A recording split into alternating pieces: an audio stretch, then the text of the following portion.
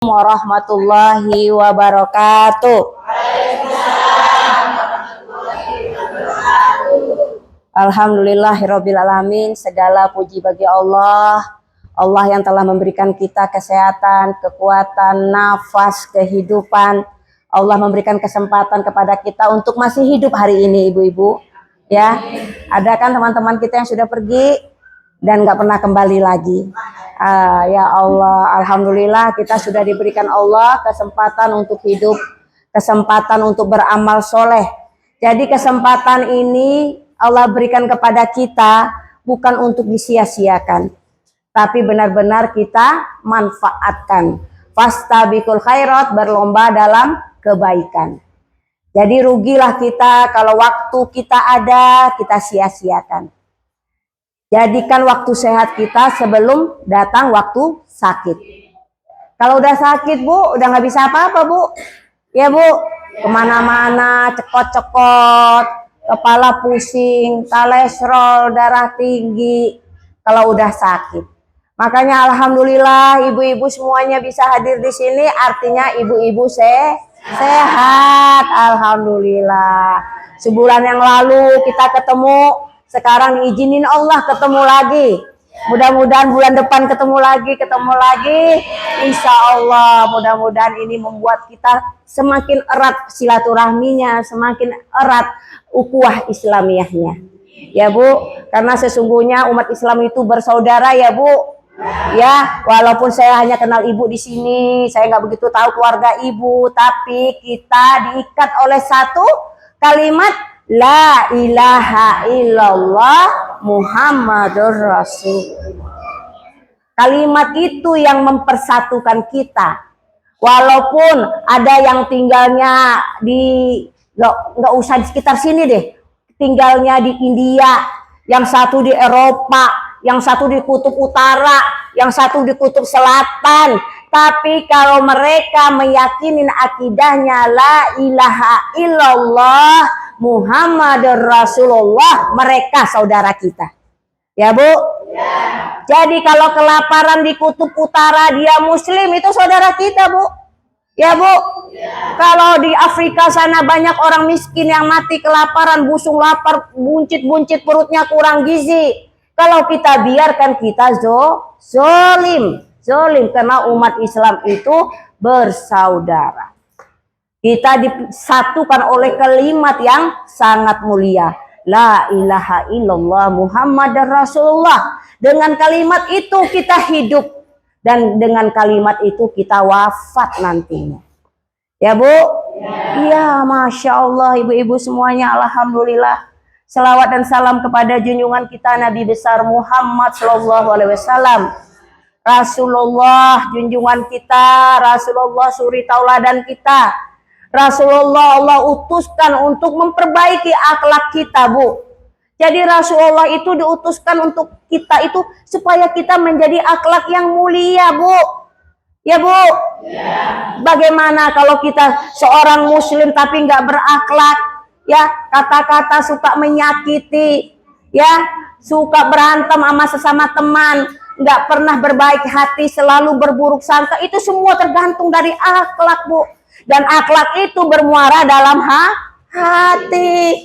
Rasulullah Muhammad SAW bersabda bahwa dalam tubuh manusia itu ada segumpal darah atau segumpal daging. Kalau baik darah itu, baik daging itu, maka baiklah seluruh tubuhnya. Tapi apabila busuk, kotor, maka busuklah semuanya. Busuklah perkataannya. Ya Bu, jeleklah langkahnya. Nggak ada yang baik Bu, karena hati sudah busuk. Nih saya lihatkan. Ini apa Bu? Air bening ya Bu? Ya Bu, kalau seandainya saya masukkan kotoran seperti kayu di dalamnya, bisa kelihatan ya? Ya, karena airnya apa? Bening, masih bisa dilihat. Tapi Bu, kalau hati kita setiap hari kita masukin nokta hitam, setetes tinta hitam, ceplut, mulai dia tuh nggak bening lagi. Tiap hari dimasukin, akhirnya airnya jadi hitam pekat dan nggak bisa lagi melihat kotoran yang masuk. Karena apa? Hatinya sudah kotor. Umpamanya hati kita seperti air yang bening ini, Bu. Kalau hati kita selalu kita jaga dari kotoran, selalu kita filter segala yang masuk, nggak kita terima berita hoax, nggak kita terima gosip-gosip murahan, nggak kita dengarkan, mulut kita jaga, insya Allah kita bisa memfilter air ini dari kotoran-kotoran yang masuk. Dan kalau kotoran sudah masuk, Bu, sudah pernah kan saya jelaskan di sini bahwa ada 3 penyakit hati. Sudah pernah? Ada yang tahu? Kalau ada yang tahu saya kasih hadiah. Saya pernah kasih ceramah di sini. 3 penyakit hati, 3 tahapan hati. Ayo, saya kasih hadiah bulan depan, saya bawa. Saya kasih hadiah baju. Ayo. Enggak, salah. Harus bahasa yang benar. Saya pernah berkali-kali saya jelaskan di sini ke ibu-ibu. Ada 3 macam. Ada yang beringat? Enggak. Kalau tahu tunjuk tangan. Enggak boleh ngoceh-ngoceh. Tunjuk tangan. Biar hadiahnya jelas untuk siapa. Tahu atau nyerah? Nyerah. Biasa, Bu, kalau udah usia segini gampang lupa, susah ingat. Nah, sama saya juga gitu. Ya. Kalau hafalan Al-Qur'an, hafal di sini yang kemarin lupa. Karena apa? Ini pikiran wes akeh, banyak pikiran. Beda sama anak kecil-kecil seperti ini, golden age ya, usia emas. Dikasih bacaan ingat, nyanyi dikit-dikit ingat, ya kan? Bu, saya ingatin. Kita nih waktu kecil lagu Lihat Kebunku Penuh Dengan Bunga. Masih ingat kan sampai sekarang? Hah? Ingat kan? Ingat. Kenapa waktu itu kita masih kecil? Pikiran kita masih jernih seperti air. Sekarang pikiran udah butek. Ya. Banyak pikiran ya, Bu. Suami bertingkah. Anak susah dibilangin. Mantu kelakuannya luar biasa. Cucu buandal minta ampun. Mumes nih kepala nih. Makanya kalau didengerin suka lupa, Kalau kita lupa caranya apa, Bu? Sering-sering datang taklim biar diingetin lagi. Ya, Bu ya. Gak apa-apa, Bu. Jangan gini. Percuma ngajin, besok aku lupa lagi. Ngaji itu bukan untuk diingat-ingat, tapi untuk dipraktekkan. Saya kembali lagi. Ini diingat ya, nanti saya tanya lagi. Saya kasih hadiah kalau dapat ya. Jadi hati kita itu, Bu, kolbun kita itu ada 3 macam. 1, kolbun marid, hati yang berpenyakit. Nah, catat ya, hati yang berpenyakit. Ya, hati yang iri, dengki, dendam, benci, marah, hasad. Kalau lihat orang susah, senang. Kalau lihat tetangga, senang. Dia meriang. Lihat temannya punya kelambi baru, matanya dari atas ke bawah ngeliatin. Kelambi baru mana? Ya, paling utang. Iya kan? Iya kan, Bu? Hati-hati, jangan hati ibu sudah ada timbul penyakit, Bu. Kalau penyakit kulit, Bu, gatal-gatal kita garuk enak, Ibu ya. Tapi kalau penyakit hati semakin digaruk, semakin benci, semakin hasad, semakin marah. Hati-hati dengan penyakit hati ini, Bu. Bahaya, Bu, bahaya. Bisa buat kita nggak bisa tidur. Ya, Bu? Ya. Tetangga punya laki ganteng. Wih. Enak amat ya itu tetangga, lakinya gagah kayak Aderai. Berotot.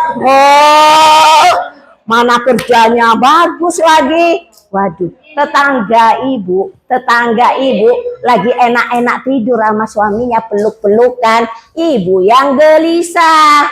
Itulah namanya penyakit hati. Jangan main-main dengan penyakit hati. Karena penyakit hati ini, Bu, bisa berakibat dengan penyakit badan kita. Orang punya penyakit hati, darah tinggi naik. Gula darah naik. penyakit lambung. Stres melihat tetangga bahagia itu stres. Kalau tetangga taruh di statusnya pulang umroh, alhamdulillah, wah ibu cenat-cenut. Pamer. Hati-hati Bu, ibu ngaku pamer itu jangan hati. Ibu timbul penyakit dengki, hasad. Ya Bu, nggak suka melihat teman kita bahagia. Kudunya kan ibu ngomong gini, ya Allah sampein ke Mekah tah, doain aku biar aku bisa ikut dapat ketularan, doakan aku sehat, doakan aku dipanggil Allah. Harusnya gitu kan kalau hatinya bersih. Tapi hatinya sudah hitam pekat, lihat orang menyebar kebaikan, lihat orang statusnya sedekah, pamer. Nah, hati-hati ya Bu, jangan suka nuduh konco bolo pamer, besti pamer, ojo. Ya Bu, ya barangkali dia niatnya untuk dakwah ya Bu. Ya, nih saya kasih tahu, kalau kita ingin menyebarkan kebaikan, misalnya di acara ini ibu videoin, ibu foto, lalu ibu taruh di Facebook, hari ini ada kajian masalah hati. Ya, itu kan bagus dan menyebarkan kebaikan. Jadi jangan sembarang-sembarang kita nuduh orang pamer ya. Barangkali hati kita yang bermasalah. Ya Bu, paham di sini Bu? Paham nggak? Ngerasa nggak? Yang senyum-senyum pasti ngerasa. Ya Bu ya? Enggak, saya nggak nyindir Bu, tapi memang kenyataan seperti ini. Karena apa Bu? Hati kita banyak berpenyakit. Karena yang namanya iblis selalu was-was, memberikan kita bisikan-bisikan, bisikan ketakutan, bisikan kecemasan, bisikan iri dengki. Itulah kerja iblis sehingga membisikkan ke hati kita. Makanya hati kita kudu kita selalu kita filter, selalu kita ucapkan apa? Astagfirullahalazim. Apabila mengingatkan sesuatu, pikiran jelek, astagfirullahalazim. Misalnya ibu ngomong ke besti, sampean tahu nggak? Ibu yang kelambi kuning itu loh, ya, ibu yang kelambi kuning itu loh, tahu nggak? Cerai sama lakinya, gitu kan? Abis itu ngomong gini, astagfirullahalazim, astagfirullahalazim, ampun ya ampun, aku kelepas ngomong astagfirullahalazim. Sering gitu Bu. Itu lebih bagus daripada ibu asik gibahin orang. Ya, masih diingatkan Allah, cepat istighfar, tinggalkan majlis gibah daripada ibu ke bawah-bawah dosanya. Paham Bu? Jadi yang pertama apa? Iyo penyakit hati. Namanya apa? Apa? Iri dengki piye sih? Tuh lali manis. Apa? Kolbun marid. Kolbun marid itu artinya hati yang sakit, berpenyakit. Contohnya apa? Yang kayak tadi, iri, dengki, benci, marah, dendam.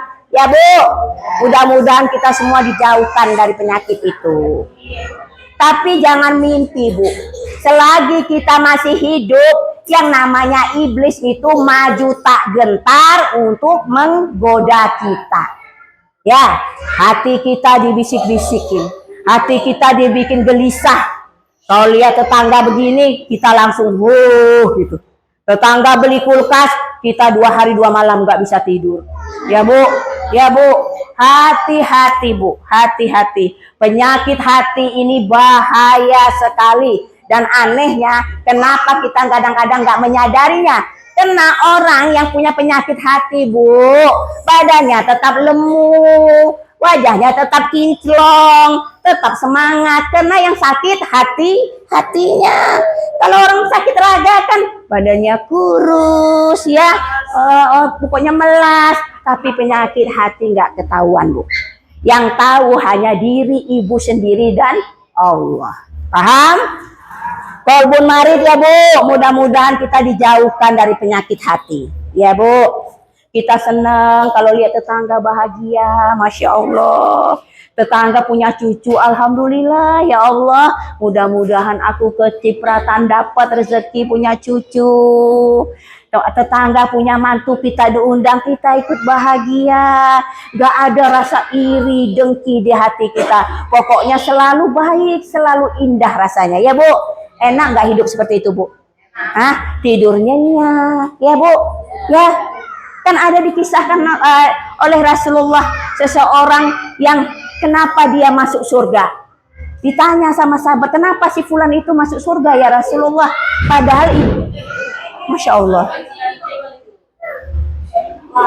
Gimana? Gak apa-apa? Ya lanjut ya. Padahal ibadahnya biasa-biasa aja. Padahal sedekahnya biasa-biasa aja. Tapi apa yang membuat dia itu menjadi ahli surga? Ibu tahu jawabannya? Karena si fulan itu menjelang tidur selalu memaafkan orang yang menyakitinya. Luar biasa Bu. Jadi Bu, Allah itu nyuruh kita apa Bu? Nyuruh kita memaafkan, bukan minta maaf. Paham Bu? Paham bedanya memaafkan dengan minta maaf? Paham gak? Kalau memaafkan berarti pada posisi benar. Dia benar, dia memaafkan. Yang kedua, dia memulai duluan untuk memaafkan sebelum orang yang bersalah itu minta maaf. Luar biasa. Bisakah Ibu seperti itu? Bisa ya? Bisa. Bisa Bunda, tapi pakai tapi suka ingat kelakuannya. Bu, tidak ada kata tapi Bu. Ya Bu, ojo pakai tapi. Wes tak maafkan, tapi gak usah lewat-lewat depan rumahku. Gak usah apa raih apa? Wajah ini apa bahasa Jawa? Raih. Apa? Raih. Jangan raihmu lewat di depan mataku. Wah, aku sudah maafkan, pergi jauh-jauh. Jangan nongol-nongol di depan mataku. Itu namanya nggak ikhlas. Kudu ikhlas Bu. Kalau udah memaafkan ya memaafkan. Ya Bu ya. Kalau udah memaafkan suami Bu, nih yang pada punya suami dengerin. Kalau sudah memaafkan suami ya sudah, jangan diungkit-ungkit lagi Bu. Ini tampang-tampang yang suka ngungkit-ungkit. Ya Bu. Emang perempuan suka aneh Bu. Bu ya, perempuan itu kalau disuruh hafal ayat lupaan Bu. Tapi kesalahan suami 10 tahun yang lalu masih ingat Bu. Itu. Ngerasa nggak? Ngerasa nggak? Ayo jujur. Ingat terus. Kadang-kadang diudak-udak depan suaminya. Padahal suaminya udah minta maaf. Tapi namanya perempuan susah memaafkan secara totalitas. Tetap ingat terus, ingat terus. Dan ini hati-hati Bu. Ini sebenarnya bisikan setan. Setan meniupkan ke hati kita agar hati kita tuh timbul dendam-dendam, benci-benci, akhirnya bercerai. Ada Bu setan yang spesialis buat menggoda suami istri agar bercerai. Ya Bu. Wow, kalau bercerai bawa ke pengadilan dulu tepuk tangan. Hati-hati Bu sama setan-setan. Setan itu bukan hanya jin aja Bu. Setan berbentuk manusia juga. Biar bagaimana Ibu berantem sama laki. Hehehe, lakimu kemarin aku lihat di mall. Sama siapa? Sama SPG. Masya Allah, SPG kan emang kerjanya gitu Bu, nawar-nawarin ya Bu ya. Nawarin motor. Ini bagus Pak, dengan penuh kelembutan. Lah Ibu sampaikan ke temannya. Itu setan bukan? Setan. Karena setan itu berbentuk jin dan manusia. Kemarin kan kita sudah bahas masalah itu. Setan berbentuk jin dan manusia. Makanya hati-hati ya Bu. Hati-hati Bu memilih teman ya Bu ya. Memang ada yang bilang berteman jangan pilih-pilih. Siapa aja kayak yang paling hebat sedunia. Kita kalau belum kuat Bu kudu berteman sama teman-teman yang soleha. Kalau kita imannya masih sedang-sedang, berteman sama orang tukang dugem, ikut-ikutan dugem. Ikut-ikutan keluyuran, healing-healing gak jelas, cari pelarian, marah sama laki, lari sana, lari sini. Kenapa? Berteman sama orang seperti itu. Tapi kalau ibu berteman sama orang yang solehah, diajak ngaji. Sampean tuh sabar po, ayo ngaji yuk. Biar tenang hati sampean itu, diajak ngaji. Jadi kalau iman kita masih taraf tengah-tengah, sedang-sedang aja, pilihlah teman-teman yang mengajak ke surga. Bukan teman-teman yang ajak ke neraka. Ya Bu, banyak Bu teman yang ngajak ke neraka, banyak juga Bu. Ya Bu, makanya kita harus pandai-pandai memilih komunitas, memilih lingkungan kita, cari orang baik, cari orang yang soleha, agar kita watawasau bil haq, watawasau bis sabri. Saling menasihati dalam kebenaran dan kesabaran. Paham ya ibu-ibu ya? Apa tadi yang satu tadi kolbun? Nah ingat sekarang ya. Kolbun marid, hati yang berpenyakit. Yang kedua, kolbun mayit. Nah dari katanya aja mayit, berarti mati. Kolbun mayit ini wis parah Bu. Hatinya sudah hitam pekat, udah nggak bisa menerima kebenaran, sudah tertutup. Ya Bu, ibu ingat gak waktu kita kecil dulu kalau dikejar anjing, bacanya apa? Sun mum bu mum yum fa hum la ya. Matanya buta tuli, udah nggak bisa dikasih tahu, udah gitu. Itu bahaya Bu. Tertutup hatinya, udah ditutup sama Allah. Udah nggak tahu kebenaran, nauzubillah menjalik, bahkan akhirnya murtad, keluar dari Islam. Nauzubillah menjalik, semoga anak keturunan kita dijauhkan dari hal-hal seperti itu. Ini yang paling bahaya. Bukan hanya masalah penyakit hati, iri, dengki, bukan hanya itu, malah melebihi itu. Akhirnya apa? Sudah meragukan keesaan Allah.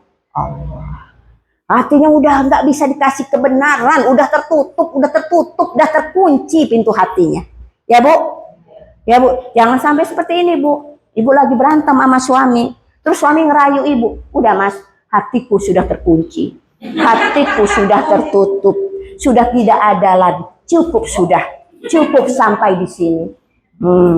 Terus laki ibu jawab gini, tak kusangka kau berbuat begitu, kau lupakan sumpah setiamu. Tahu nggak ibu lagu itu? Tahu, pasti tahu, karena saat lagu itu ada ibu lagi masih muda-muda, pikiran masih jernih. Ya Bu, sekarang lagu-lagu baru pasti ibu nggak tahu. Ya, jadi apa? Hati kita itu, jangan sampai hati kita berpenyakit. Jangan sampai hati kita gelap gulita. Jangan pernah kita menutup hati untuk kebaikan kepada suami. Sesalah apapun suami kita Bu, kalau kita masih menjadi istrinya, kudu memaafkan. Kalau enggak, ibu enggak akan pernah bahagia. Gimana mau bahagia? Ibu enggak mau maafkan tapi ibu tidur sama dia.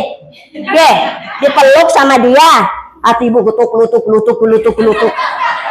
Ada seperti itu Bu, ya kan? Saya cerita ini pengalaman Bu, pengalaman pribadi dulu. Ya, hati kita kutuk-kutuk, suami meluk, suami apa? Karena kita nggak sempurna memaafkan. Tapi kalau kita memaafkan tanpa syarat, ya, segimana ngejengkelin pun suami kita, kita sudah melupakan. Sudah lupakan. Suami kita Bu, misalnya nauzubillah minzalik, misalnya pernah selingkuh, ini kan paling berat ya Bu. Nah, bini-bini udah ngomong selingkuh meriang, ya Bu ya, ya Bu ya, ya. Tapi selalu diuji Allah seperti itu. Suami kita selingkuh misalnya 10 tahun yang lalu, tuh Bu ya. Ibu masih ingat sampai sekarang dan tidak sempurna memaafkan. Saya yakin ibu nggak akan pernah bahagia. Ketakutan, kecemburuan buta. Suami telat pulang sedikit, pikiran ibu udah janda 10 tahun yang lalu. Duh, jangan sampai dia balik lagi. Jadi ibu tuh selalu dalam ketakutan. Sekarang pertanyaan, yang rugi siapa? Yang rugi siapa? Diri kita sendiri. Kita nggak pernah bahagia Bu. Rugi hidup kita Bu kalau pikiran kita, hati kita hanya ngurusin yang seperti itu. Capek Bu. Capek. Mendingan ibu berpikiran begini, ya suamiku ini hanya amanah dari Allah. Allah titipkan kepadaku. Bisa saja Allah ambil, nauzubillah min zalik, dia meninggal. Atau Allah tarik hatinya berpaling kepada yang lain. Ya muqallibal qulub, karena Allah yang maha membalik-balikan hati. Akhirnya apa Bu? Kembali kepada Allah. Serahkan kepada Allah. Segala masalah kita serahkan kepada Allah. Hanya itu solusinya, nggak ada yang lain. Ibu keluar, suami ibu pamit kerja. Kalau ibu selalu berburuk sangka di rumah apa, ibu nggak akan pernah tenang. Setan itu Bu paling senang meniup-niupkan ya, bisikan-bisikan jahat agar kita berantem sama suami kita Bu. Ya Bu? Ya. Serahkan kepada Allah Bu. Pernah kan saya jelaskan di sini. Setiap suami kita berangkat kerja Bu, antarkan sampai pintu, sampai dia hilang dalam pandangan kita. Kita doakan, ya Allah jaga suamiku, ya Allah, aku nggak bisa pernah melihat dia, hanya padamu, jaga suamiku ya Allah. Ya, jadi lakukan setiap hari. Suami mau berangkat kerja, ibu cium tangannya, ibu cium pipinya, walaupun udah tua-tua. Saya loh udah tua, udah mau punya cucu Bu, masih seperti itu. Ya, kita biarkan dia berangkat itu dengan ketenangan dan kesenangan. Senang melihat istrinya itu melepaskan dengan bahagia. Jangan suami berangkat, deh aku mau berangkat ya Mas. Ya, jati di jalan. Sambil main handphone. Gini nih saya contohin. Ya, berangkat ya Mas. Ya. Wih, ini baju bagus-bagus Sofi. Iya. Ada yang ketawanya gede pasti ngalamin. Ya. Jangan pernah begitu lagi. Saya nggak mau jemaah saya seperti itu. Servis suami ibu seperti raja. Kalau dia pergi mencari nafkah itu Bu, itu jihad loh Bu. Ya Bu, mencari nafkah dia jihad, lepaskan. Pergi dia salam, peluk sampai dia hilang. Jadi kalau ibu ngaji ada perubahan. Jangan udah lama ngaji nggak ada perubahan. Nanti suami ibu gedek, nggak usah ngaji. Mulutmu keleperan sama laki, percuma ngaji, nggak usah ngaji, percuma. Ya, tapi kalau ibu ngaji ada perubahan, makin manis. Suami berangkat kerja udah rapi, yang melepaskan suami, doakan suami, masya Allah. Berangkat ya Ma, iya Bang, fi amanillah, hati-hati di jalan Bang ya, jangan ngebut-ngebut. Bahagia nggak Bu? Bahagia. Jangan cuek sama suami Bu.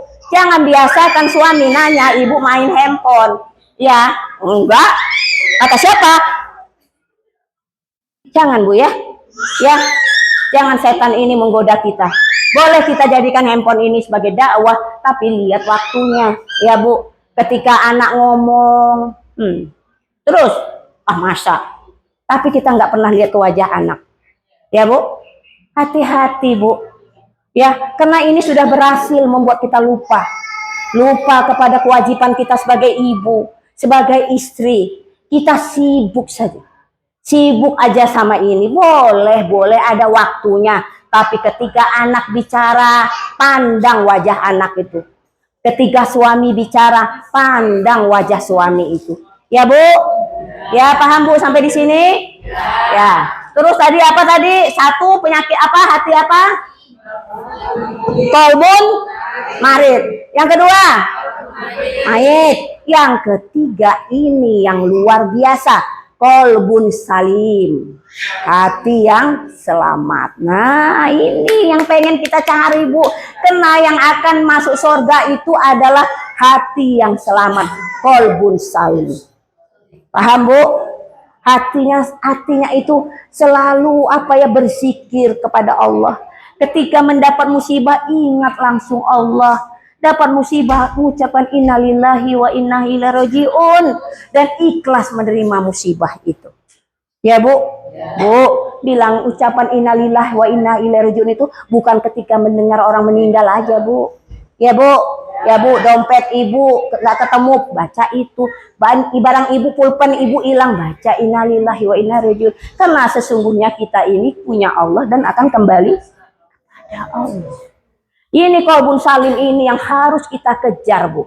hati yang bersih, hati yang selamat, hati yang ridho terhadap ketentuan Allah, hati yang tidak protes terhadap maunya Allah, tidak memaksakan Allah untuk maunya kita, tapi kita merasakan bahwa maunya Allah itu yang terbaik. Paham Ibu?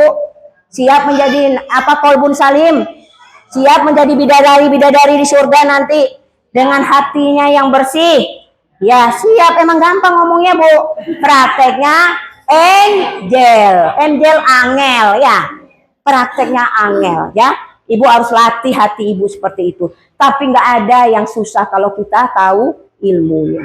Apa ilmunya? Untuk mencapai qalbun salim, kita harus sadar bahwa tak ada satupun yang kejadian di muka bumi ini selain Allah yang menentukan. Teman ibu punya kelambi baru, Allah yang memberi rezeki. Ya, teman ibu dapat nikmat, kenapa ibu yang uring-uringan? Itu kan dari Allah, ya kan? Jadi kalau hati yang selamat tuh nggak ada ya seperti itu, karena dia tahu semuanya itu Allah yang memberikan. Bahkan daun-daun yang rontok itu Bu ya, daun-daun yang berguguran itu tuh tidak akan pernah berguguran tanpa izin Allah. Lalu kenapa kita ribet sama orang lain? Ya, kenapa kita pusing dengan rezeki orang lain? Kenapa kita pusing? Gak usah kita pusing. Yang kita lakukan adalah kita selalu bersyukur kepada Allah. Kita sibuk dengan diri kita, amalan kita. Karena kita tidak pernah ditanya amalan orang lain, Bu. Bu, kalau kita mati nanti, Bu, Allah gak nanya, amalan bestimu apa? Sampean kan sering dugem sama besti. Ya, ngapain aja sampean? Gak ada. Besti sampean itu gimana kelakuan? Nggak ada. Yang ditanya itu bagaimana kita yang ditanya oleh Allah, apakah kita benar-benar menjadi seorang insan yang benar-benar bertakwa kepada Allah. Ya Bu, ya. Jadi kita sibuk aja untuk memperbaiki diri kita sambil kita mengajak orang lain untuk juga berbuat baik. Karena dakwah itu kewajiban kita semua. Ya, Allah berfirman dalam surat Wal Asri kan, Wal Asri demi masa, ya kan? Lanjut, Ibu nggak hafal Wal Asri? Innal insana lafil usri. Sesungguhnya manusia itu di dalam kerugian. Illal ladzina amanu wa amilus solihati. Kecuali orang-orang yang beramal soleh, ya, saling menasihati dalam kebaikan dan kesabaran. Paham Ibu di sini? Paham ya Bu ya? Jadi mudah-mudahan kita semua ini menjadi hati yang qalbun salim. Kalau melihat teman kita susah, kita selalu sedih, kita ingin nolong, berapapun kita bantu, kita perhatian. Kalau teman kita senang, kita ikut merasakan kebahagiaan. Ya Bu, contoh nih ya Bu ya. Kalau teman kita senang, bangun rumah, renovasi rumah, kudunya kita harus senang Bu. Karena apa? Karena rumahnya yang bagus itu akan yang melihat siapa Bu? Kita kan tetangga depan rumahnya. Dia nggak akan pernah lihat rumahnya yang gedong, yang lihat tetangganya. Kalau rumah tetangga ibu bagus-bagus, ibu juga kecipratan. Tinggal di mana Neng? Oh no, di rumah komplek itu. Bu, yang kaya-kaya itu ya. Padahal rumah ibu sederhana. Artinya apa? Kalau teman kita senang, teman kita bahagia, sebenarnya kecipratan juga kita rezeki.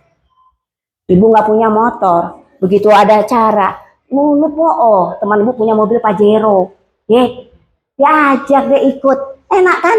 Kalau kita banyak teman, hati kita bersih, nggak pernah dengki, kecipratan senangnya. Paham Bu? Paham sampai di sini? Jadi jangan lupa ya, 3 macam hati itu. Kapan-kapan saya tanya lagi ya. Nanti kalau lupa lagi, saya harus cari obat anti lupa ya.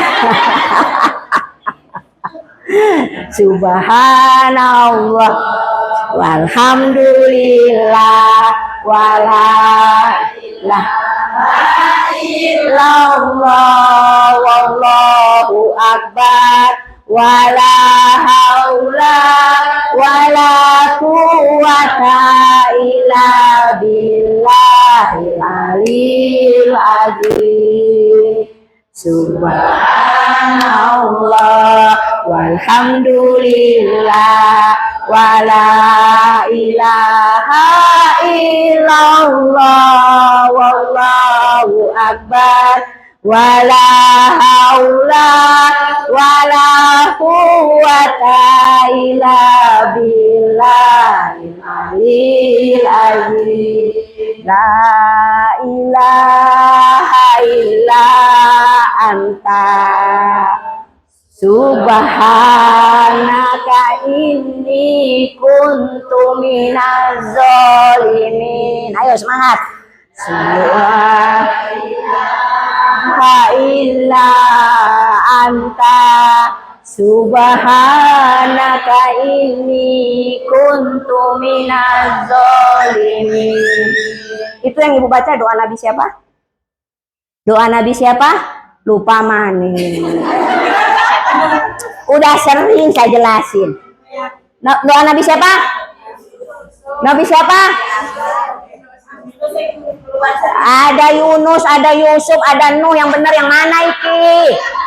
Nah, ya, doa Nabi siapa? Yang jelas, yang kompak.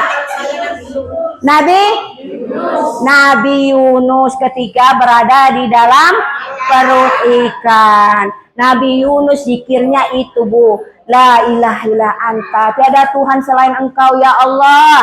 Subhanaka, maha suci Engkau ya Allah. Inni kuntu minaz zalimin, inilah aku hambamu yang zalim. Kenapa Nabi Yunus mengucapkan seperti itu?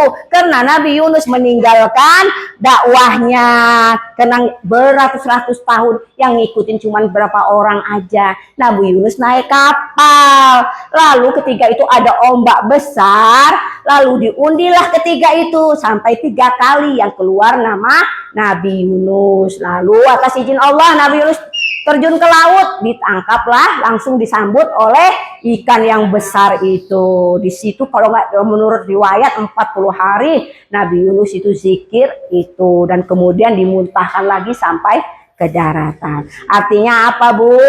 Ibu seberat-beratnya ujian ibu kan nggak masuk perut ikan sih. Ibu masuk perut ikan dah. Jadi beratan mana ujian manusia kita ini dengan para anbiya, para nabi? Beratan mana? Beratan para nabi. Ya sudah, kalau ada ujian kita baca doa Nabi Yunus itu, kita minta kepada Allah, ya Allah mudahkan jalan kita. Ya Bu ya. Ya Bu, saya rasa demikian, udah 1 jam nggak kerasa ya. Mudah-mudahan ibu-ibu semuanya dalam keadaan semangat untuk berbuat kebaikan, berlomba dalam kebaikan, dan jangan pernah kita berhenti berharap hanya kepada Allah. Hasbunallah wa ni'mal wakil. Saya rasa demikian. Ada pertanyaan? Gak ada, kita doa atau gimana? Baik,